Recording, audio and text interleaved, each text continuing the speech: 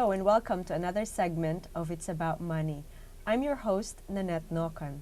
This show is a discussion of the various financial events of our lives. Some are more ordinary than others.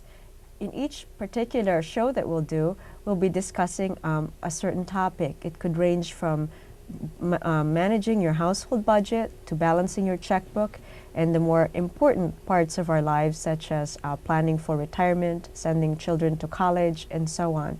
We'll also talk about preparing for potentially disastrous financial events such as disability, divorce, and death. The purpose of our show is to educate and motivate you into taking action in meeting your goals and objectives. It's not our objective to replace your financial advisors. There is no substitute to good, comprehensive financial planning.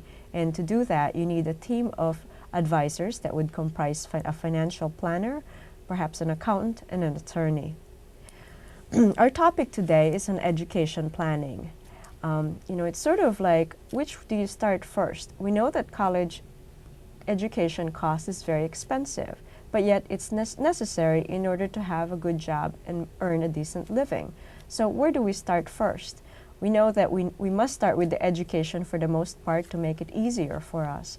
So today we have a couple of experts who will help us discuss that topic and hopefully pave the way to creating a plan for an education process for our children, at least planning for it on the financial end. Let me introduce our guests. Our first guest is Cheryl Johnson. She's a certified financial planner from American Express Financial Advisors, and I've known Cheryl for about 10 years. So I'm so glad you can join us today. Thank you for asking me. Glad you're here. Our next guest is Stacy Liederman. Stacy is a financial aid counselor at St. John Fisher, and I'm excited that you're here to share us your expertise in college planning. Thank you. So let me ask Cheryl the first question. When should people start thinking about planning for college? Ideally, when they begin thinking about having their first child is a great time. In the real world, the majority of people wait much longer than that, though the amount of dollars that it would take to reach their goal are much smaller if they get that early start. Okay, so it's not too early to start even before they have the child or when they're 1 or 2. Exactly, Okay. exactly. Great, that sounds good. What types of investments should people start looking for when they plan for college? Should they be looking at putting money in a savings account, a retirement program? What should they do?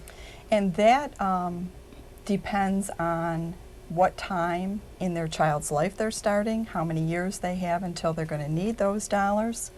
If they begin when the child is just born or when they're planning on having that child, probably if they were going to begin with one investment, a good growth stock fund would be a good place to start. As time goes on, they would want to add a more diversified portfolio, probably some bonds maybe, depending. Life insurance is another product that can be utilized. Double E bonds in the right situation can also have some benefits. Okay, sounds good. And we'll talk about each of those investments a little bit later. Okay. But let me ask you, Stacey, there's the piece that we have to plan as much as we can in order to build up resources for college. But what type of other things are available to parents and students who are looking at financing college? Right. Well, basically there are 4 types of financial aid available for students. There's federal aid that's available for students, state aid, institutional aid, and private aid. Each of those has a different application process, so I might mention the application for each. For federal aid, you have to fill out the FAFSA form, which is the free application for federal student aid. Okay. This application is available sometime around Thanksgiving of each year, and you'd fill this out after January 1st.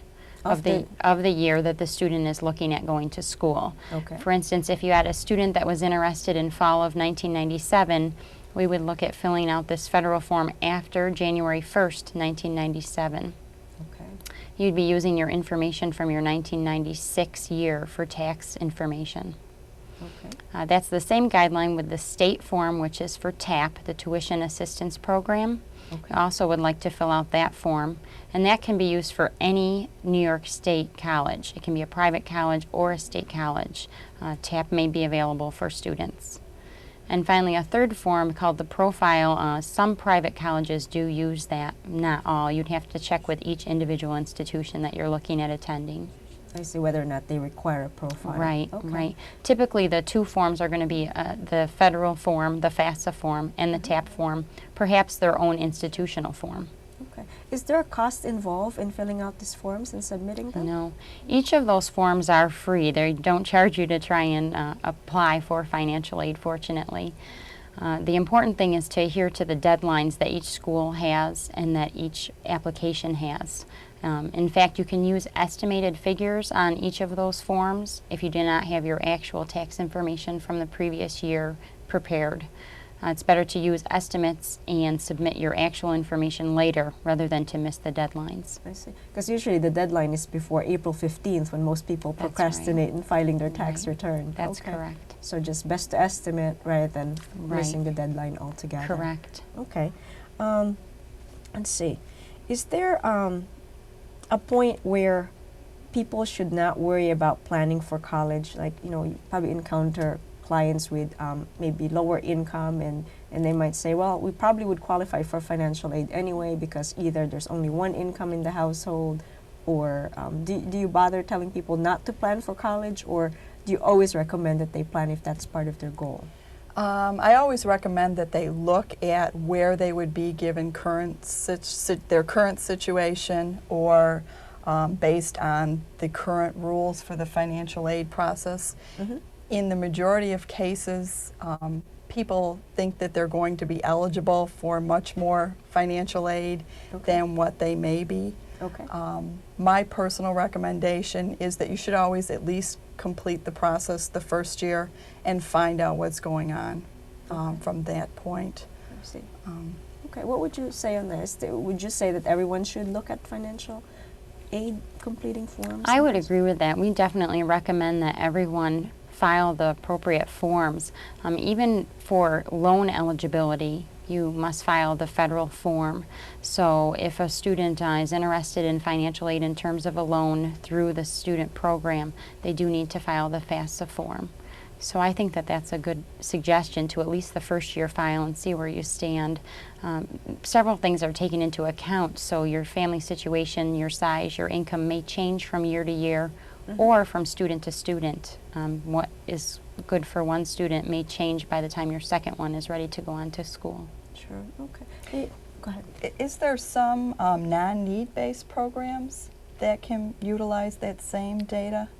I thought maybe I'd read that someplace. Well, the loans are eligible for everyone, so that's not a problem with them. In terms of the non-need for the FAFSA form, all of that really is need-based financial aid. The institutional aid, though, and the private aid, which I mentioned the 4 types of aid, those can certainly be based upon merit or special talents or community service. So there are non-need forms of aid available. I see. Are sports scholarships typical these days? It varies from school to school. It really depends. For Division I and II schools, that's a possibility, but not at any Division III schools. Okay, so it could be a possibility that there might be some aid from that, but probably Right. depends on what the child wants to study. Correct. Okay. Let's see. Are there any, I know that we're talking about encouraging everyone to apply for financial aid, but what's usually the guideline where, say a couple the parents make $200,000. Is that too much money to apply for financial aid?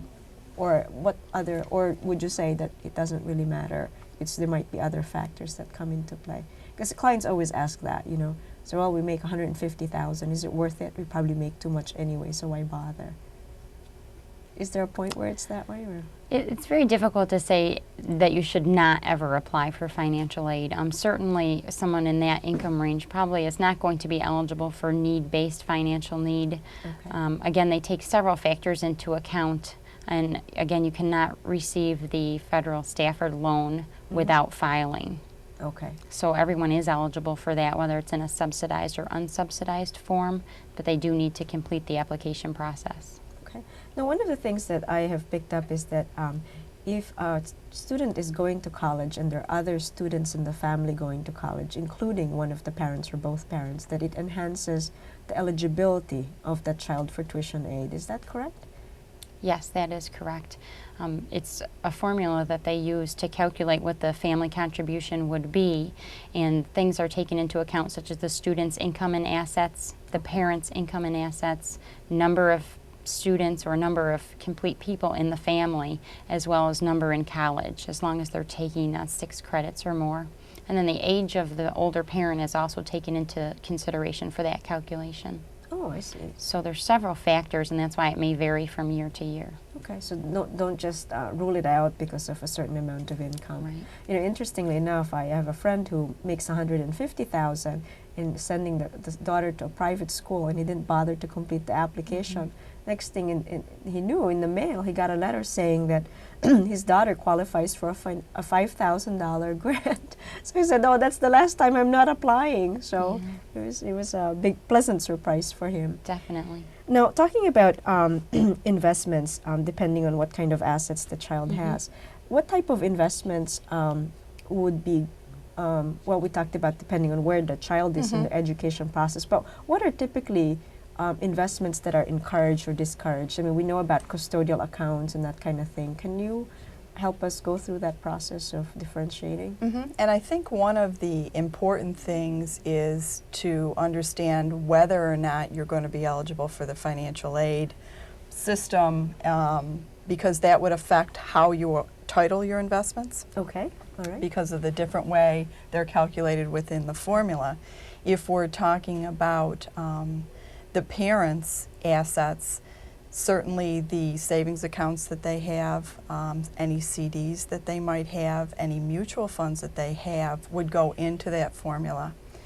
If they save dollars in annuities or in life insurance contracts in some cases, they might be more preferential investments to hold if there's some eligibility available to them for financial aid. Okay. So those are important things to look consider. at. Okay. Now, I know that annuities and life insurance, there might be some penalties to take the money out early, so one probably should weigh what the penalties are against the eligibility process and all that. Definitely, and with the changes and the trends that we're seeing now, sometimes we find parents who are old enough to pull money out of annuities based on age without penalties. If they've begun their planning early enough, then the life insurance contracts could be beyond all the surrender charges that might be affiliated with that, and it can work very well. Okay, but again, it's important to look at all the different issues. Okay, but so someone whose child is, say, a sophomore in high school and starts identifying these different investment vehicles such as annuities and life insurance, although they might hide the money or not include in the formula, they may not necessarily be a good investment because of the penalties that might be imposed when withdrawn. Oh, exactly. Exactly. You'd want to be looking more along the lines of something that you could get at, because if you did put the dollars in those types of investments, the cost to pull them out could be substantial, and you maybe would have defeated your own purpose if there isn't an alternative place to reach the dollars from or to get the dollars from. Okay, all right. Let's see. Let's see. What about the type of college that students apply to? I mean, people say, well, private schools are $25,000, $22,000. That's certainly beyond the range of what parents can afford. Should they rule that out and just say, go to state colleges where it's a little bit, maybe half the cost? Do you have any opinion on that? I would say definitely not. Certainly cost is a factor in the college search process for the student. But it's very important for you to look at what discounts each of those schools will be willing to provide for the student. Many times private schools are able to offer significant grants and scholarships for a student. So what you really need to do is compare your net costs or the bottom line and come out with what actually it will really cost for you to send the student to that school.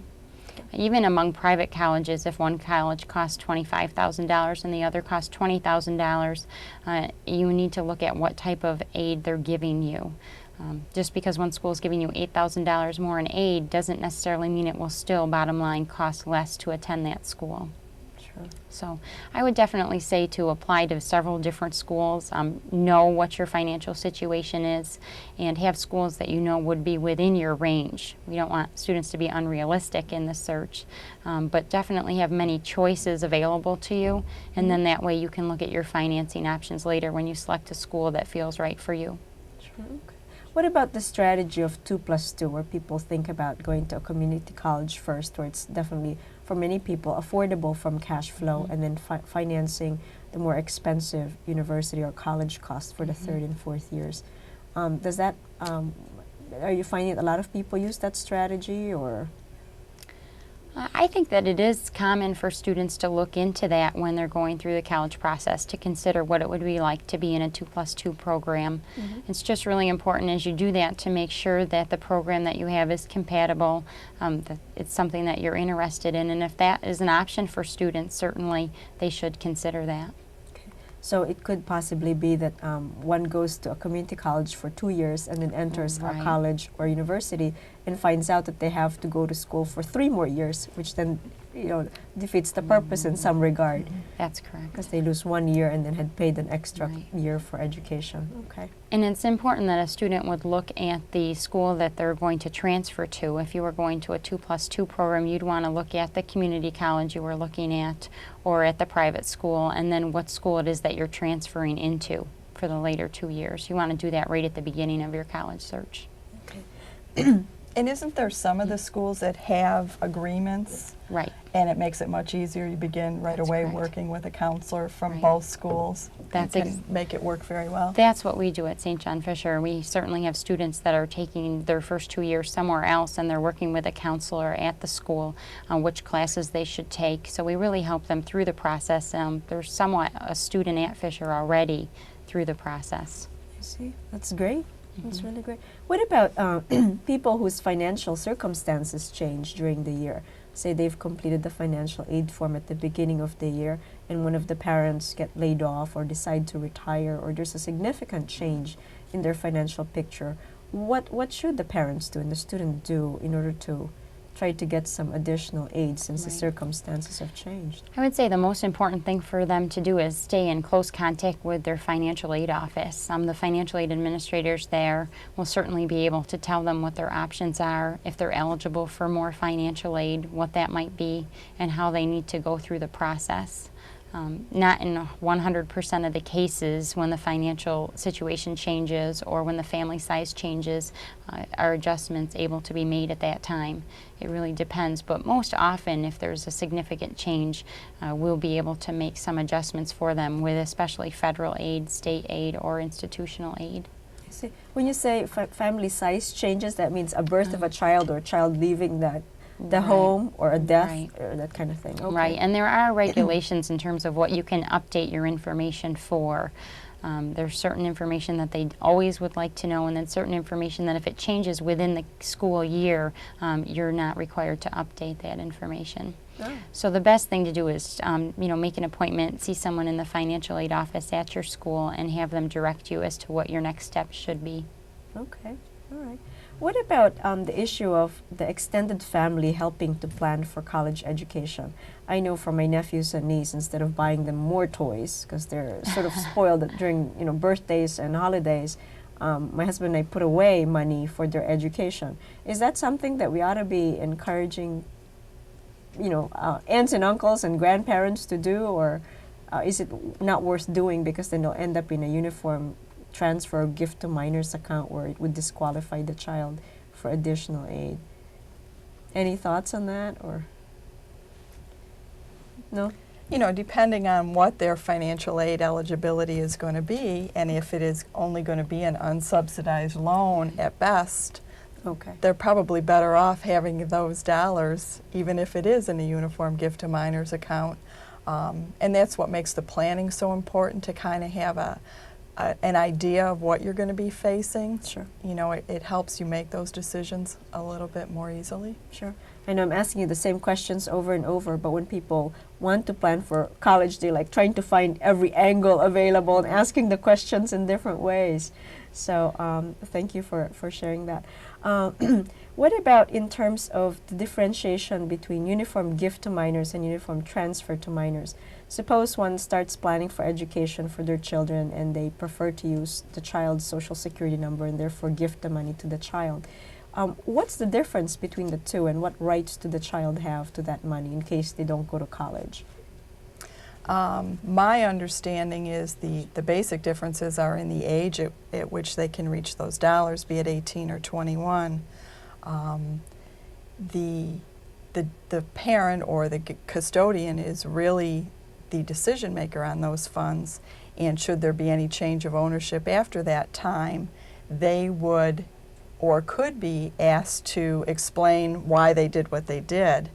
But if the child decides that they would prefer a red Ferrari instead of a college education, that's well within their right once they've reached the age of majority for those individual accounts. Okay, so uniform gift to minors at 18 and uniform transfer is... And again, I'm not an expert on the legalities of that. It might be something to do with the securities and the banking that falls in there too. Okay. And it varies from state to state. In the past, New York, I believe you had to request 21. Now it's 21 standard. Okay. So there's been some changes in recent years. So again, I wouldn't profess to be an expert in those areas, but generally. Okay. What happens, like say a grandparent puts some monies in a uniform gift or transfer account for the child, and that grandparent passes on? Is that counted as part of their estate? How does that come into play? Are you familiar with that? Don't know. Okay. Yeah, my understanding on that is that it becomes a part of the grandparents' estate. So even though they've gifted it to the child, it doesn't matter. They still get taxed on that. So it could make their financial position not any better by, although they've gifted it, it's really part of the whole picture. So the federal and state government could go after that estate and still want a portion of it for taxation. So although you've accomplished one thing for the income tax purpose, it doesn't accomplish the purpose of enhancing one's estate planning. So let's see. Some parents and students look at declaring their children as independent. Have you heard of that? Come across that? Does that make sense? I mean, what makes a child independent financially? Well, we have that question asked of us very often in the financial aid office, and there's very specific guidelines, regulations for a student to be declared independent. Most often we'll hear a student say, but my mother and father are not going to help pay for the college costs. I'm really on my own. I'm doing this on my own. Why should their income be included? And unfortunately, for the federal guidelines, they will need to be declared as a dependent student unless there's several questions that they can answer yes to. For example, if they were to be married or to have dependents of their own, something that usually they're not going to be able to change overnight. I see. If they're not, they cannot be claimed for the previous 2 years on the parents' income tax forms. So if we're looking at a student applying for fall of 1998, they could not have been claimed in 1996 or in 1997. Okay. So it's important to know that and to consider that. And then there's a whole separate set of guidelines for New York State. It's even more difficult to be declared independent for New York State TAP program. Is that right? Yes. Okay. So one should be careful before they declare themselves as independent, because it might Right. defeat the purpose. They're Right. relying on something that's not there. Okay. Well, let's see. Do you have any words of wisdom, final words of wisdom you'd like to share with our viewers today when it comes to college planning? Can we start with you, Stacy? Sure. Gosh, I would say that the most important thing probably is to keep your options open and to be educated. I think by participating in anything that they hold at your high schools, libraries, community places to find out about financial aid in terms of the planning for it and how to apply for it. You certainly don't want to miss the deadlines. You want to know what's available to you. And certainly junior year is not too early to start applying for those private scholarships. Sometimes there's quite a long application process. You want to make sure that you get that information in on time and and have everything that is available to you. Okay, sounds good. Cheryl? There's a lot of things I'd like to say. Oh, please do. I think first is I would encourage parents to really begin saving as early as they can. The people that I talk to, there's a lot of misconception that financial aid will provide for their child's education. And in many cases, financial aid consists of loans that have to be paid back.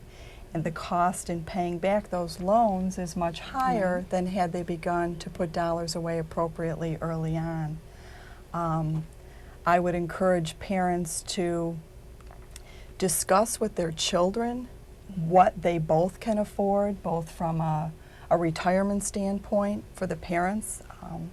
I've never met a family who couldn't afford to send their children to college, but I've met a lot of people who have been surprised by downsizing or the need to take an early retirement, and they didn't really understand the ramifications of the education decisions they made. On the other hand, I've met many young couples who both have max student loans, and their ability to purchase a home is severely hindered for the first number of years unless they both have very good jobs, and they didn't understand that. Or kids that find that they have to go back home to meet their debt, and had they known, maybe they would have made different decisions. So again, I would encourage, don't take those top schools off the list. There seems to be some negotiating ability out there, but to truly assess what your budget can take, taking into account all the other financial issues that you deal with in life, the next car, the next student, retirement, and not just deal with education as if it existed in a vacuum. Okay, great advice. So we'd like to tell our viewers then to plan early, keep the options open, and just think about all the other financial events in people's lives. Well, I'd like to thank you, Cheryl Johnson, CFP from American Express Financial Advisors, for joining us, and Stacy Liederman, Financial Aid Counselor from St. John Fisher. Thank you. And thank you, our viewers, for joining us this afternoon. We look forward to having you at our next segment of It's About Money. I'm your host, Nanette Naukan, wishing you good health and prosperity.